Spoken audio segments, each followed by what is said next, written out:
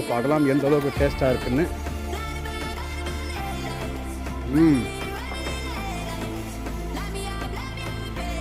சூப்பராக இருக்குது.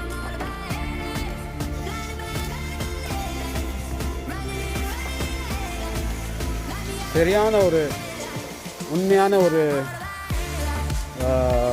பேரிச்சம்பழமுடைய டேஸ்ட்டு, அதோடைய ரெசிபி.